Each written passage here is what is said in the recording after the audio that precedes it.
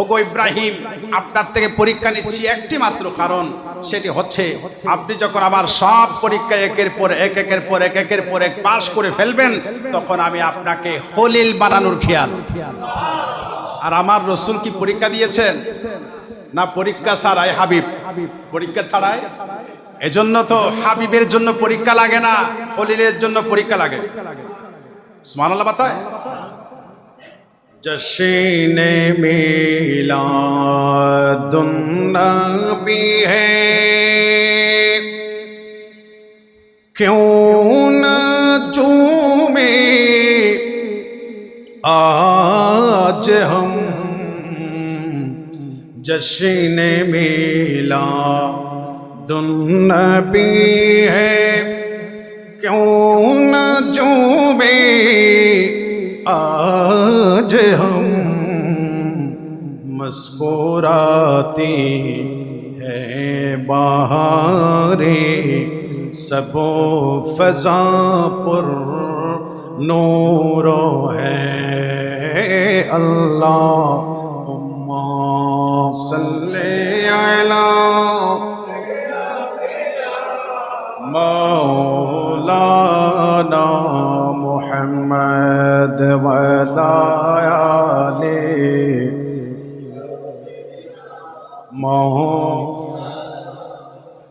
ईद मिलादुन नबी का क्या मुबारक शान है, ईद मिलादुन नबी का क्या मुबारक शान है, जिक्र मिलादुन नबी का क्या मुबारक मान है। अल्लाहुम्मा सल्ली अला मौलाना मुहम्मद व अला आले।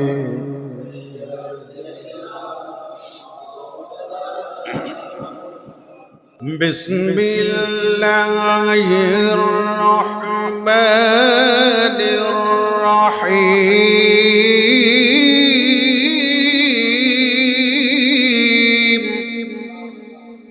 क़द जाअकुम मिनल्लाहि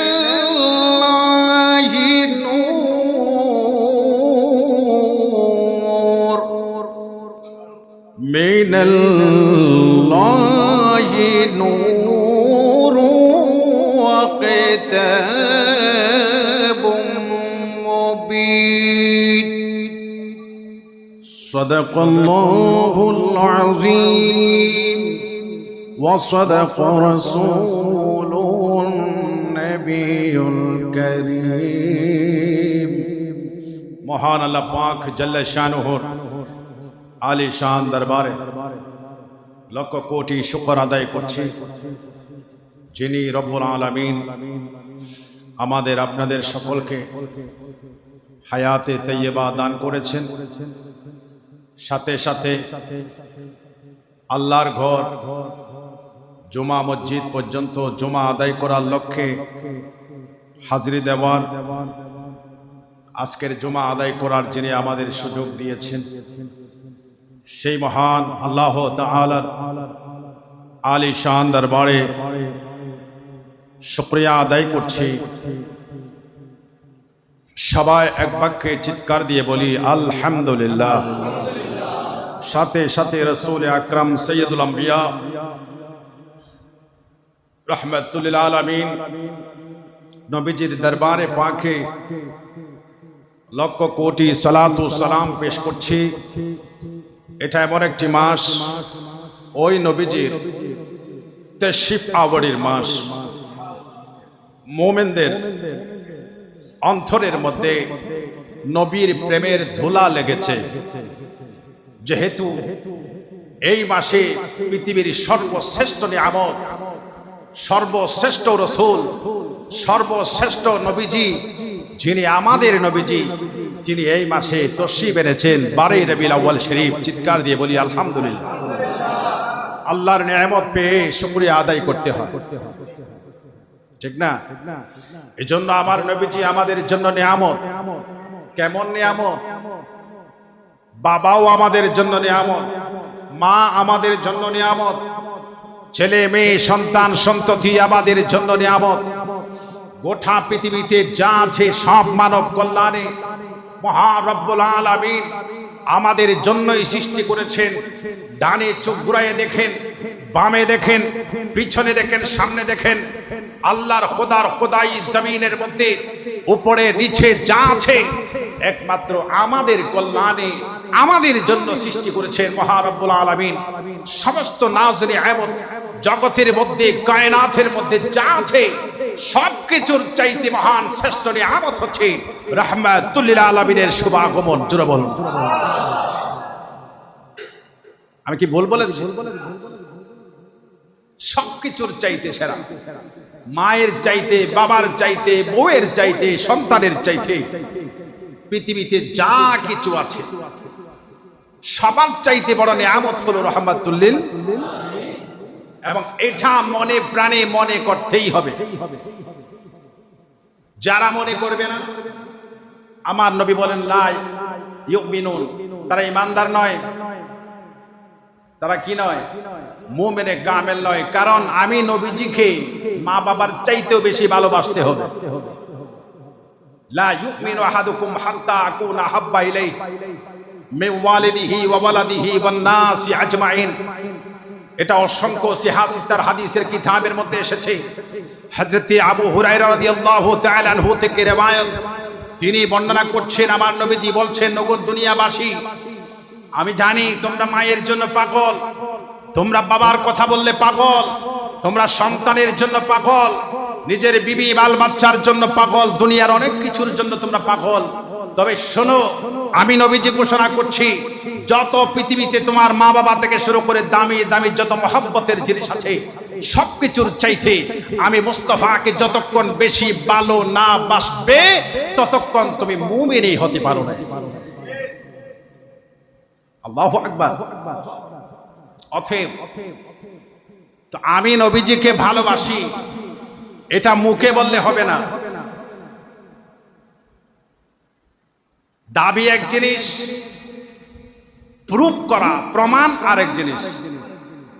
আমি দাবি করতেই পারি যে আমি একেবারে খাঁটি ইমানদার, এটা আমার দাবি, কিন্তু আমার দাবির সাথে যদি কাজের মিল না থাকে আল্লাহ আমাকে নেগলেক্ট করে দেবে।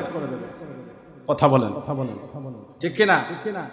আমরা জানি নতুন আরেকটি অন্তর্বর্তীকালীন সরকার এসেছে দেশের মধ্যে, সংস্কার দরকার, এটা আমরা সবাই বলছি।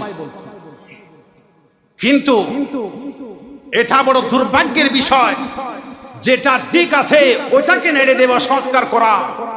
এই সংস্কার আমরা চাই, আরো জোরে বলেন, এই সংস্কার আমরা চাই। আপনারা ইতিমধ্যে বুঝতে পেরেছেন আমার কথায় যে আমরা সংস্কার চাই, সংস্কার হচ্ছে আলহামদুলিল্লাহ। কারণ দুর্নীতি অনেক জায়গায় বিভিন্ন ধরনের বৈষম্য ছেয়ে গেছে, এগুলো সংস্কার করা দরকার। কিন্তু আমরা আলটিমেটলি দেখতে পেলাম ঈদ মিলাদুন নবীর মাস এসেছে। ঈদ মিলাদুন নবী যেটা যুগ যুগ ধরে হয়ে আসছে, সেখানে ইসলামিক ফাউন্ডেশন কর্তৃক সংস্কার করে ঈদটা বাদ দিয়ে মিলাদুন নবীটা আমাদেরকে দেখিয়ে দিল। নাউজুবিল্লাহ বলবেন না? আরেকটা জোরে বলেন না।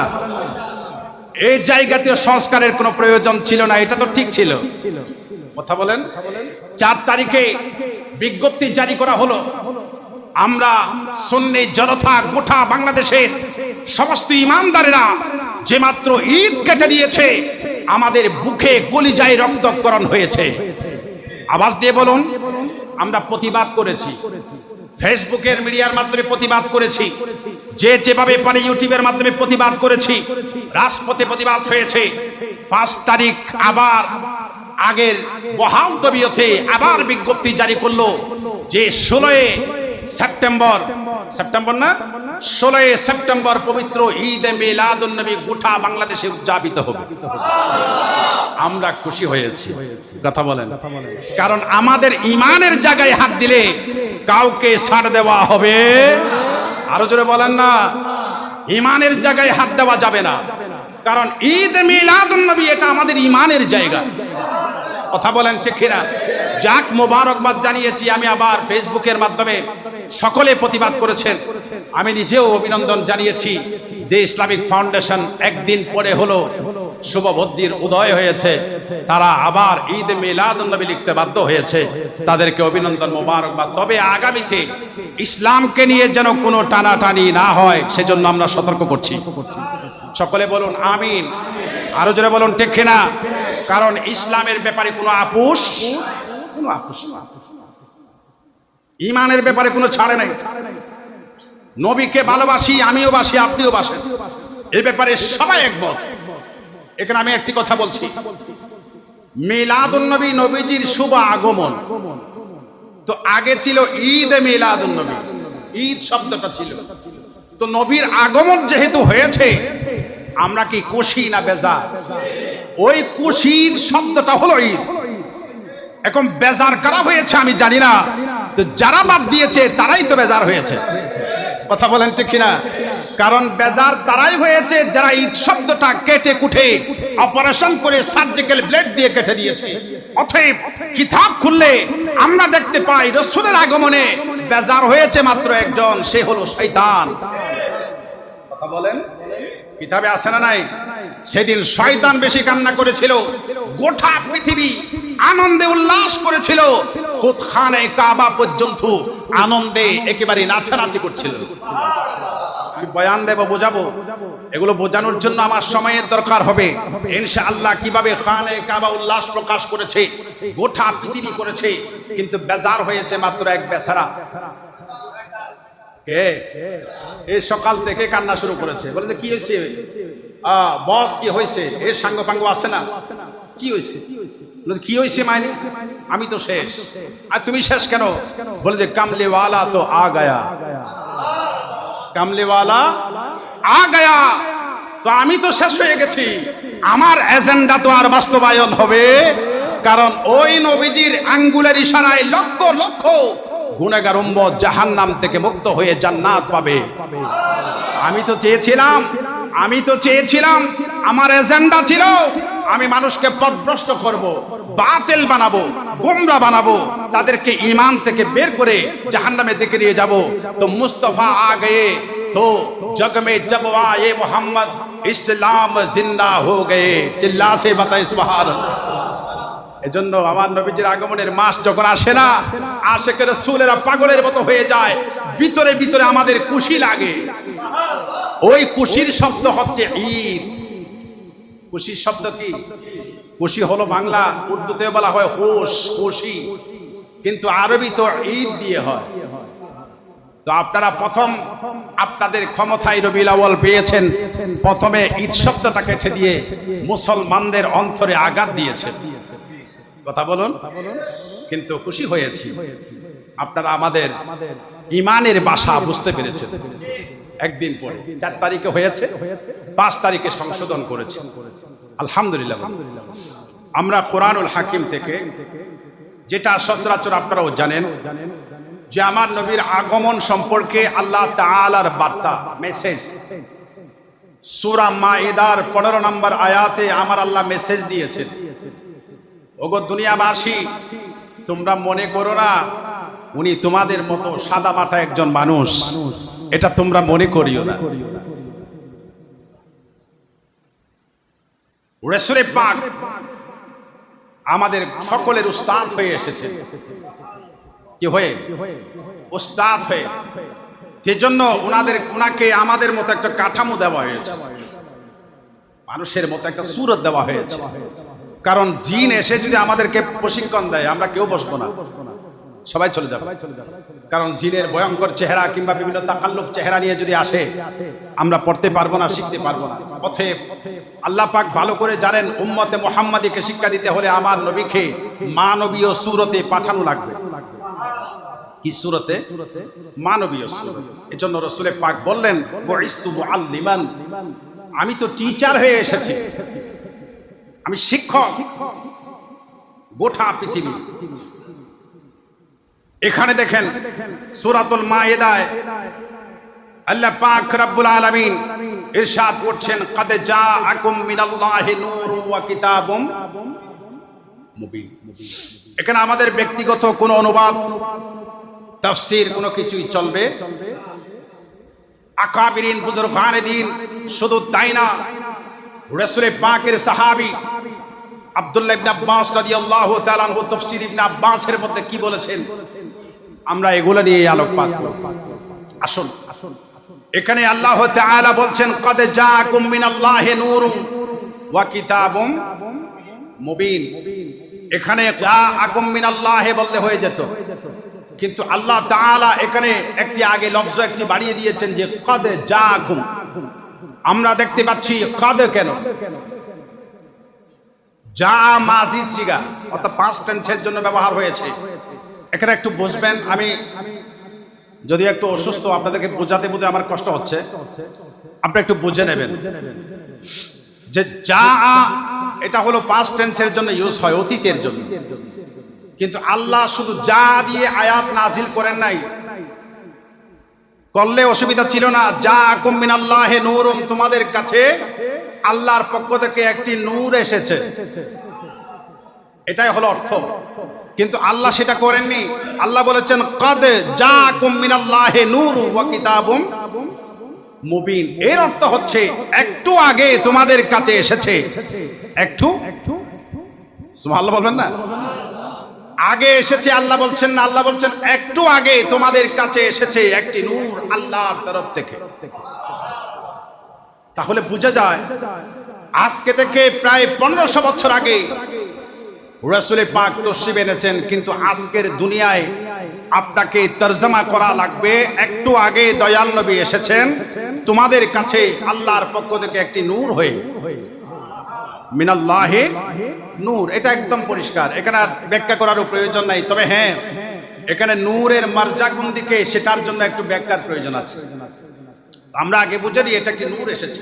তারপরে আল্লাহ বলছেন ওয়া কিতাবুম মুবিন, এবং স্পষ্ট একটি কিতাব যেটার নাম হলো আল কোরআন, এটাও তোমাদের জন্য আল্লাহর পক্ষ থেকে এসেছে। তাহলে বোঝা যাচ্ছে নূর একটা জিনিস, কিতাবুম মুবিন আরেকটা জিনিস। একটি হলো নূর, আরেকটা হলো কিতাবুম মুবিন। এখানে শুধু নূরের তাফসীর ব্যাখ্যা একেবারে তাফসীর ইবনে আব্বাস থেকে শুরু করে, ওটাই ছিল প্রথম তাফসীর, যিনি আমার রাসূলের সাহাবী তাফসীর করেছেন, তাফসীর ইবনে আব্বাস রাদিয়াল্লাহু তাআলা আনহু। ওইখানে সূরা মায়েদা খুলেন এবং এটার হাসিয়া দেখুন, সেখানে তাফসীর ইবনে আব্বাসের মধ্যে রাসূলের সাহাবী তিনি বলতেছেন এই নূর মানে হচ্ছে নূরে মুহাম্মদ সাল্লাল্লাহু। এবার আসুন, এবার অসংখ্য তাফসীর আমরা যেগুলো মাদ্রাসায় পড়েছি, তাফসীরে জালালাইন শরীফ, কামিলে পড়েছি তাফসীরে বাইজাবি শরীফ। এরপরে আসুন তাফসীরে রুহুল মাআনি, তাফসীরে বাইজাবি, তাফসীরে কাদরি, তাফসীরে রুহুল বায়ান, তাফসীরে মাযহারি, আল্লামা কাজী সানাউল্লাহ পানিপথী রাহমাতুল্লাহি তাআলা আলাইহি সহ সমস্ত মেজরিটি পার্সেন্ট তাফসীরের মধ্যে এখানে নূর মানি নূরে মুহাম্মদ সাল্লাল্লাহু আলাইহি ওয়াসাল্লামকে মিন করা হয়েছে। জোরে বলুন। আমি ওদিকে সময় বেশি নেব না, কারণ এটা আপনাদের জানা আছে। আয়াতগুলো সম্পর্কে আপনাদের অভিজ্ঞতা অনেক, কারণ এগুলো আমরা মাঠে ময়দানে মাহফিলে আমরা শুনি। তো সবচেয়ে আরেকটি মজার ব্যাপার হলো আশরাফ আলী থানভী, ওনার একটা কিতাব রয়েছে, আশরাফ আলী থানভীর কিতাব রিসালায়ে নূর। ওনার কিতাবের নাম দিয়েছে নূর, কিতাবের নামও নূর।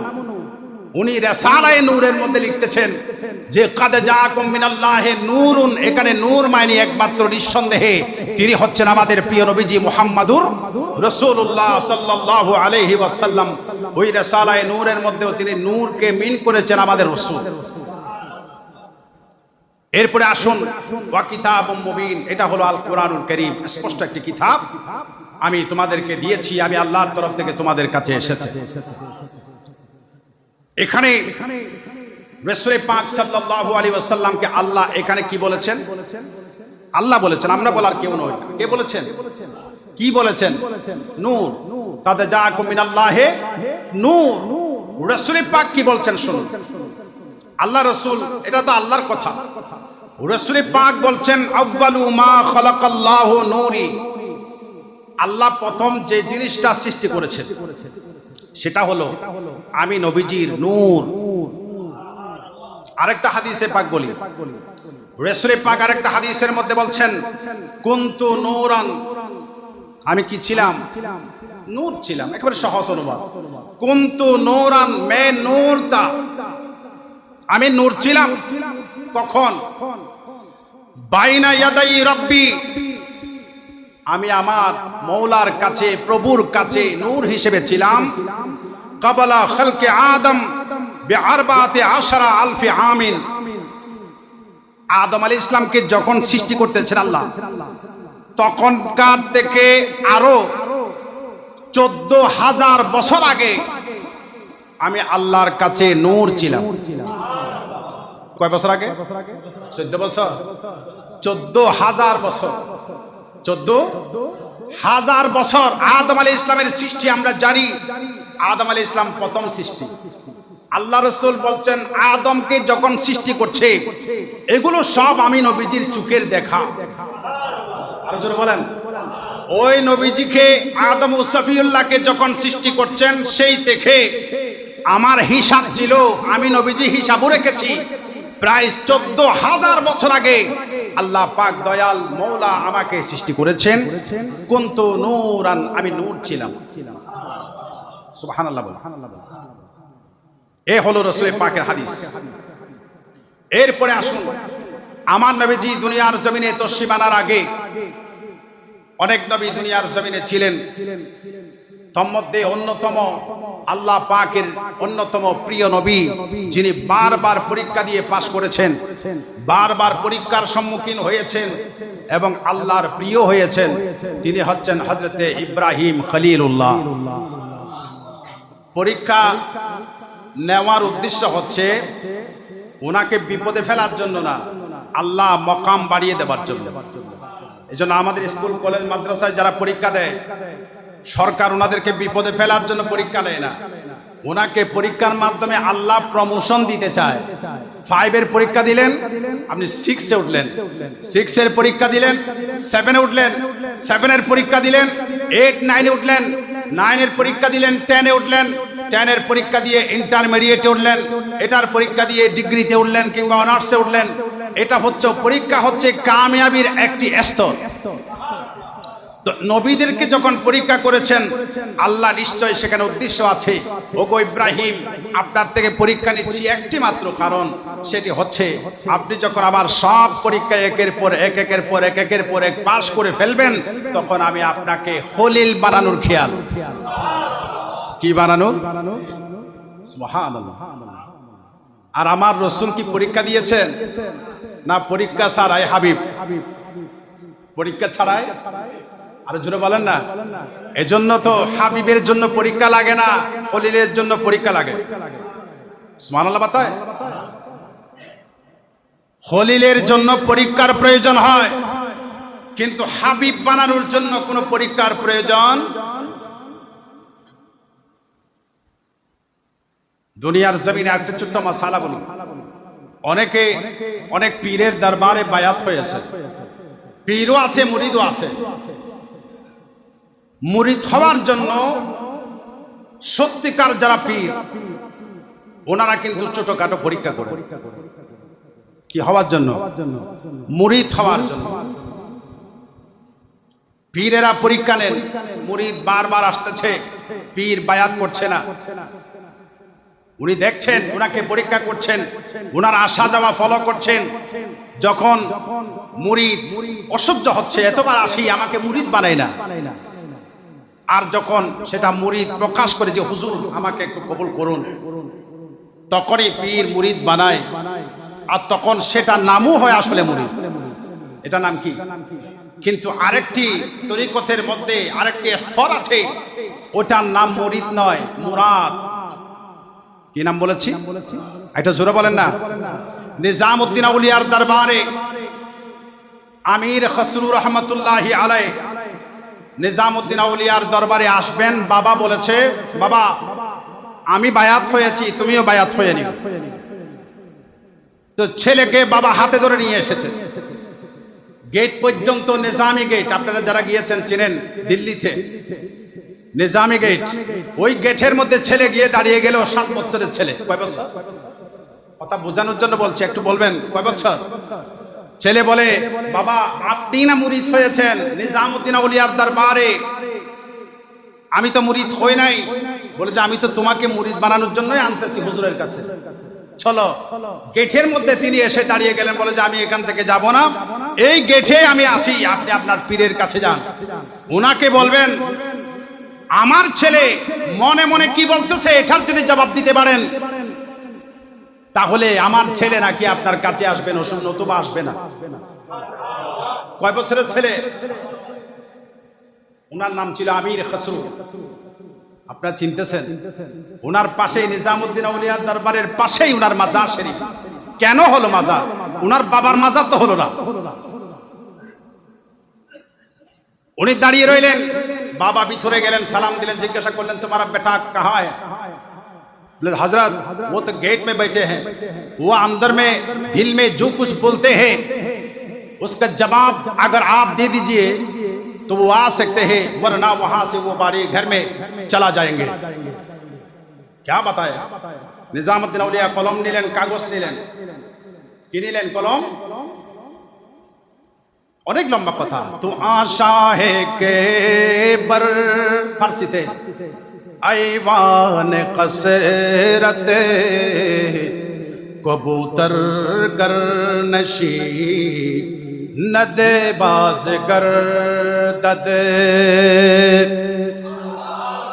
এটা মনে মনে লিখে রেখেছেন ওই 7 বছরের ছেলে। কয় বছরের? ওনার ভাষা ফার্সি ছিল। 7 বছরের ছেলে মনে মনে এটা লিখে রেখেছেন, কেউ জানে না আল্লাহ ছাড়া। তো ওনার বাবাকে বলেছে আপনার পীর যদি আমার কলবের খবর উত্তর দিতে পারে, এই শেয়ারগুলা যেটা আমি কি বলেছি এটা আমি জানি, আমি বলবো না, তাহলে আমি আসবো, নতুবা এখানে শেষ। আমার আর মুরিদ হওয়ার দরকার। সুবহানাল্লাহ বলেন না। আর এত পরীক্ষা কেন করি?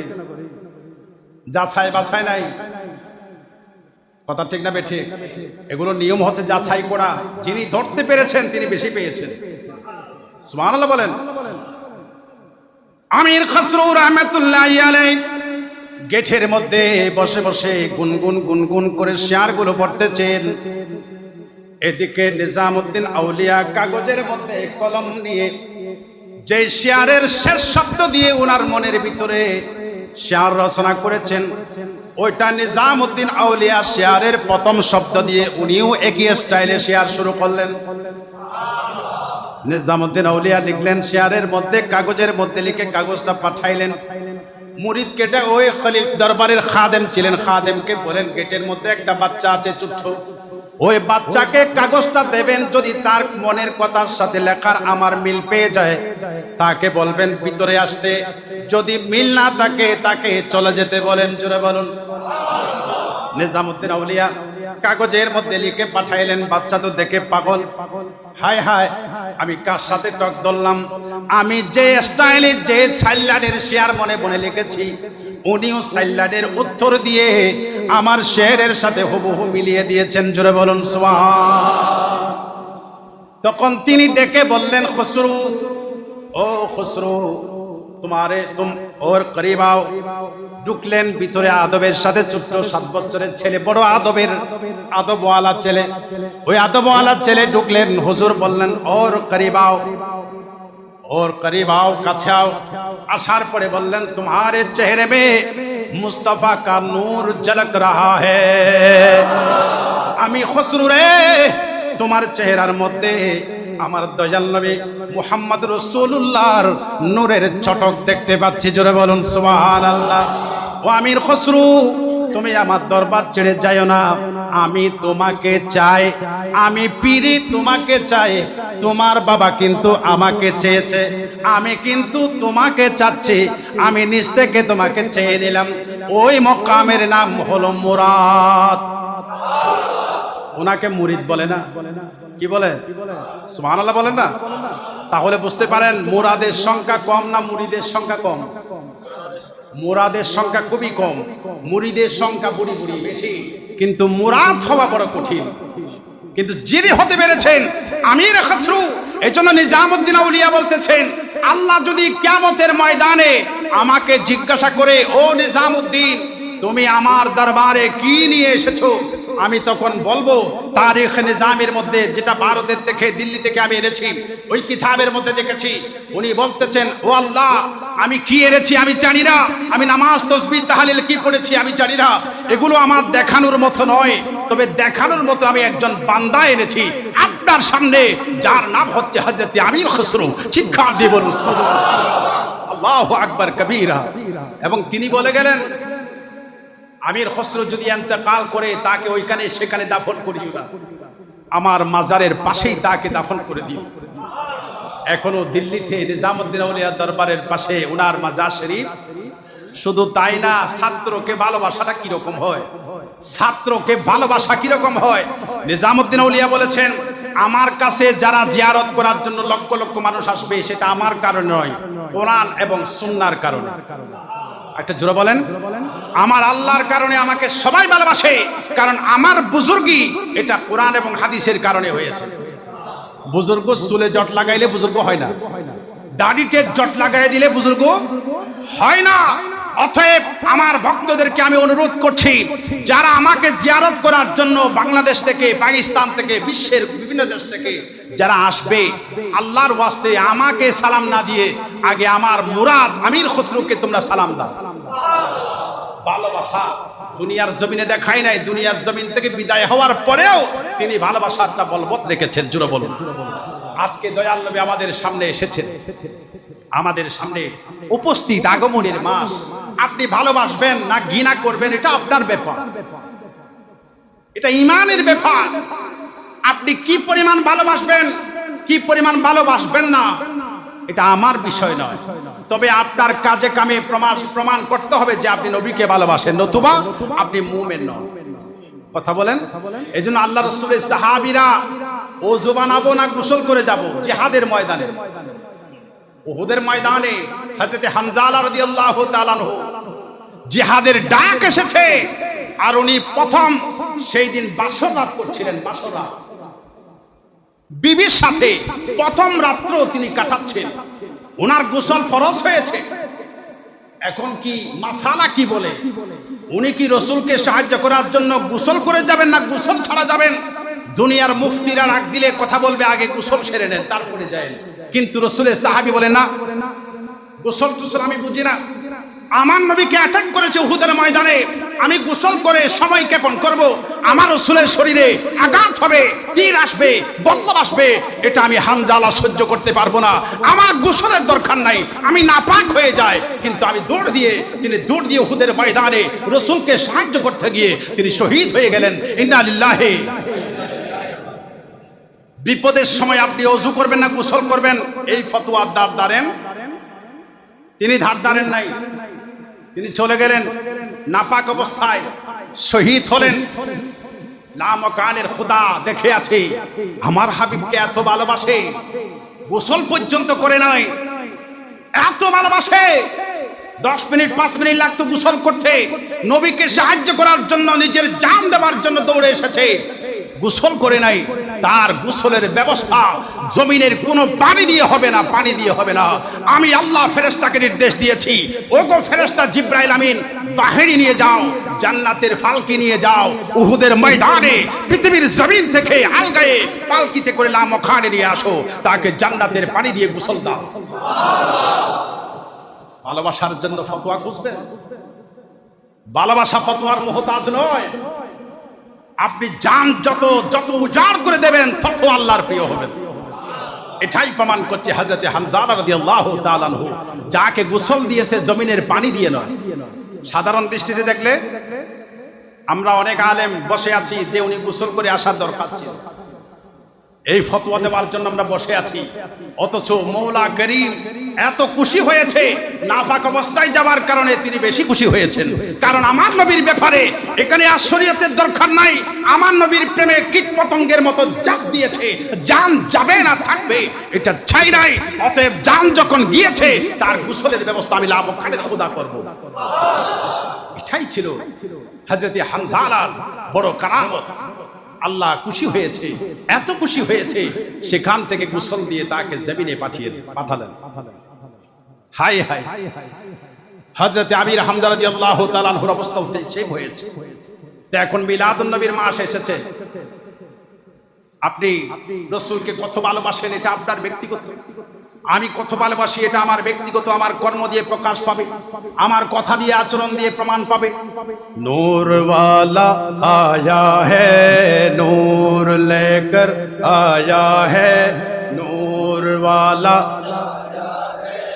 नूर लेकर सारे आलम में देखो कैसा नूर छाया है। अस्सलातु वस्सलामु अलैका या रसूल अल्लाह, अस्सलातु माशाअल्लाह हबीब अल्लाह, अस्सलातु वस्सलामु अलैका या रसूल अल्लाह, अस्सलातु वस्सलामु अलैका। মাশাআল্লাহ মাশাআল্লাহ, মারহাবা। সকলে বলি আলহামদুলিল্লাহ। আল্লাহ আমাদেরকে নবীজির গুণগান করার তৌফিক দিয়েছেন, আমিন বলুন। এবং মোবারকবাদ দিচ্ছি আপনাদেরকে যে আপনারা যারা এসেছেন আজকে জুমায় শরীক হয়েছেন, ঈদ মিলাদুন নবীর মাসে আল্লাহ পাক আমাদেরকে উপস্থিত করেছেন। দয়াল নবীর আগমনের মাসে আমরা উপস্থিত হয়েছি, সেই মাসটা আমাদের হায়াতের মধ্যে পেয়েছি। অনেকে আমাদের আগে, এই মাসটার আগেই কবরে চলে গেছে। অনেকে আশিক রাসূল নবীকে ভালোবাসেন, ঈদ মিলাদুন নবীকে উদযাপন করেন, এরকম অনেক আশিক রাসূল কবরে এখন কোথায় আছে? আল্লাহ পাক আমাদেরকে জমিনে রেখেছেন। এর জন্য মওলার দরবারে শুকরিয়া আদায় করে শেষ করা। ওয়া ইন তাউদ্দু নি'মাতাল্লাহি লা তুহসুহা ইন্নাল্লাহা লাগফুরুর রহিম। আল্লাহ পাক কোরআনে বলছেন ওয়া ইন তাউদ্দু নি'মাতাল্লাহি লা তুহসুহা, যদি তোমরা আল্লাহর নিয়ামতগুলোকে গণনা শুরু করো, শুকরিয়া আদায় করে শেষ করতে, গণনা শেষ করতে। এজন্য বলছিলাম নবীকে ভালোবাসবেন এটা জিজ্ঞাসা করার দরকার, জিজ্ঞাসা করে ভালোবাসা। আমি ছোট্ট এক্সাম্পল বলছি, আপনি কারো সাথে প্রেম করছেন, ছেলে হোক মেয়ে হোক, ছেলেদের সাথে ইমানদারের সাথে মহব্বত ভালোবাসা আছে কি নাই, এটা কারো থেকে জিজ্ঞাসা করে হয় না, অন্তর থেকে আসে। কথা বলেন ঠিক কিনা? এই জন্য অন্তর দিয়ে কি করবেন, কিরকম ভালোবাসবেন, এটা আপনার নিজস্ব ব্যাপার। 12 রবিউল আউয়াল শরীফ সামনে আসছে, কিভাবে উদযাপন করবেন এটা আপনাদের একান্ত বিষয়। কারণ একটি কথা জানবেন, সাহাবায়ে কেরাম থেকে আমরা বুঝতে পেরেছি, যত বেশি ভালোবাসবেন তত উপরে। আরো জোরে বলুন। এই জন্য আমরা দেখতে পাচ্ছি সবচেয়ে বেশি ভালোবেসেছেন সিদ্দিক আকবর। মাল দিয়েছেন, মেয়ে দিয়েছেন, পরিবার দিয়েছেন। ইয়া রাসূলুল্লাহ কি লাগবে, আমার সব সম্পদ দিয়েছি। ওয়া ইনফাকু মালি, আমার সমস্ত মাল আপনার জন্য খরচ করতেছি, আমি যত পারি তত খরচ করব। ইয়া রাসূলুল্লাহ, রাসূল পাক মক্কা মদিনা শরীফের চতুর্দিকে ইশারা করে দেখলেন, চোখ ঘুরাইয়ে দেখলেন, সিদ্দিক আকবরের মতো আর কেউ দিতে পারে? তো আল্লাহ পাক নাম লিখে নিয়েছেন 1 নম্বরে। কয় নম্বরে? সুবহানাল্লাহ। আমাদের মুতাল্লি মহোদয় এমন ভাবে উজাড় করে দিচ্ছেন, মসজিদের মধ্যে দেখছি, এতিমখানার ছাত্রদেরকে দেখছি, হেফজখানায় দেখছি, মাশাআল্লাহ মজলুমকে দেখছি, গরীব অসহায় নির্যাতিত নিপীড়িত মানুষ যারা অসহায় তাদের পাশে যেভাবে দিচ্ছেন, প্রশংসা দাবি আমি না করলেও মওলার দরবারে কিন্তু তিনি ঠিকই প্রশংসিত হচ্ছেন। কথা বলেন ঠিক কিনা? আল্লাহ আমাদেরকে দেওয়ার তৌফিক দিন। আরেকটা জোরে বলুন না, আল্লাহ আমাদেরকে বোঝার তৌফিক দিন। তবে আমি আশা করছি যে হেফজখানা আমাদের এখানে স্যারের তত্ত্বাবধানে হচ্ছে, স্যারের অভিভাবকত্বে পরিচালিত হচ্ছে, এখান থেকে যেন হাফেজে কোরআন তৈরি হয়, আলেম যেন তৈরি হয়, উলামায়ে কেরাম যারা সেই সংশ্লিষ্ট যারা রয়েছেন আমি বিনয়ের সাথে তাদেরকে বলবো এখান থেকে যেন হাফেজে কোরআন তৈরি হয়, সেদিকে আপনারা একটু মনোনিবেশ করবেন। কারণ এখানে এক একজন ছাত্র এক এক লেভেলের মধ্যে আছে, কে 15 পারা, কে 20 পারা। আমি আশা করছি অতি দ্রুত কয়েকজন হাফেজে কোরআন আপনারা আমাদেরকে উপহার দেবেন ইনশাআল্লাহ তাআলা। আল্লাহ পাক কবুল করুন। ওয়ামা তৌফিকি ইল্লা বিল্লাহ। আসসালামু আলাইকুম ওয়া রাহমাতুল্লাহি ওয়া বারাকাতুহু।